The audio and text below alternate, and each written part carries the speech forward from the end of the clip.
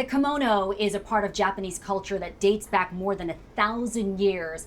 Putting it on is a process that takes 20 minutes and requires an expert eye and attention to detail.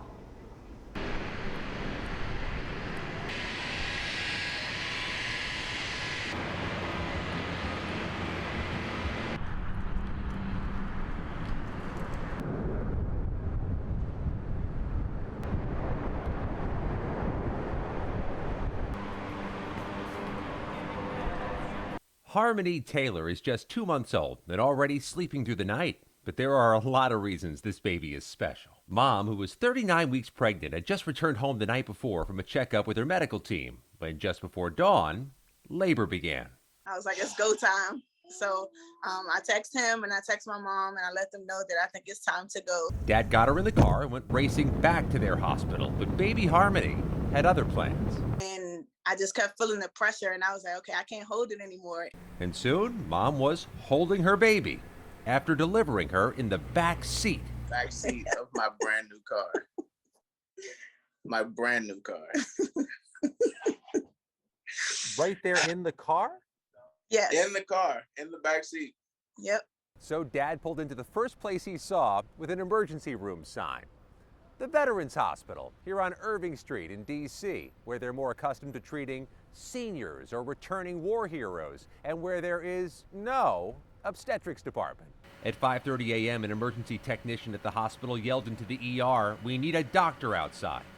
What's interesting is that the delivery process isn't done when the baby is born. There's still a number of steps that we as physicians have to manage. Dr. Miriam Books threw on a pair of gloves and helped complete the delivery. The baby still connected by the umbilical cord in the back seat of the family sedan. We have training in how to complete the birth, how to protect mom, how to keep mom safe, and how to evaluate baby. Books said baby Harmony brought a type of joy they've never experienced here before. Especially after the last 20 months or so of seeing a lot of really severe illness and sadness in the emergency department, the entire emergency department staff was incredibly excited to be able to celebrate such a happy occasion. The fully healthy Harmony has an older sister, a 7-year-old, and Mom and Dad are grateful for the team that helped them. She loves to talk. She loves to play. She likes to take pictures. And as you'd imagine, for any parents of a 2-month-old, they're equal parts ecstatic and exhausted. Scott McFarland, News 4. Indian Head Highway, it's infamous for high speeds and traffic fatalities. 3 children died in a multi-vehicle crash on the highway in Oxon Hill. That was in December of 2018. Especially like drag racing, I've heard. I live right off the highway, so I hear it at night. Safety advocates say things are getting better because of these speed cameras. But there are more super speeders who don't seem to care about the cameras or the fine. On an average month, we're getting somewhere between 40 and 50 and above people that go over 100 miles per hour. Robert Screen is with the 210 Traffic Safety Committee. The committee found the highest speed captured on a traffic camera on Indian Head Highway this year is 149 miles per hour. That's compared to 161 last year. Problem with those high speeds, if they hit anyone or someone hits them, it's going to be instant fatality. So if you get a ticket from one of these speed cameras, you get hit with a $40 fine. That's whether you're going 70 miles an hour or 170 miles an hour. And some safety advocates say that has got to change.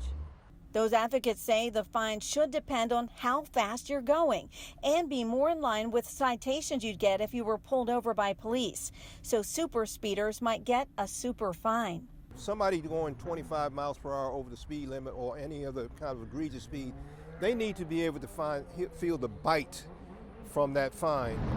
Drivers we spoke to say the threat of a bigger fine would be the ticket to getting drivers to slow down. Maybe if people had to pay more, they would pay attention. You know, the best way to get to someone is their pockets. The safety committee is working with community groups and lawmakers to come up with legislation to give super speeders a choice. Either slow down or pay hundreds of dollars in fines. Darcy Spencer, News 4. Giles Warwick said nothing in court today. Wearing a mask and an orange jumpsuit, the man accused of raping and killing one woman and raping 9 others in the 90s let his attorney do all the talking. entering a plea of not guilty in the 1998 murder of Christine Mirzayan. Warwick has been locked up in the D.C. jail since November of 2019 after police tracked him down in Conway, South Carolina. At the time, police said DNA linked Warwick to the murder and at least 9 sexual assaults, most of them in Montgomery County. But it took prosecutors nearly 2 years to indict Warwick on the murder charge before asking the judge today for a trial date 13 months from now.